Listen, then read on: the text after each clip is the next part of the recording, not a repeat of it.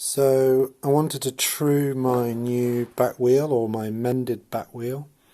I've seen some videos showing you how to true it on the bike. I just wanted to have it on my bench. So what I've done is cut two pieces of timber stud. They're about almost 1 metre long each. I've drilled a hole in the top of each one. Don't know if you can see that.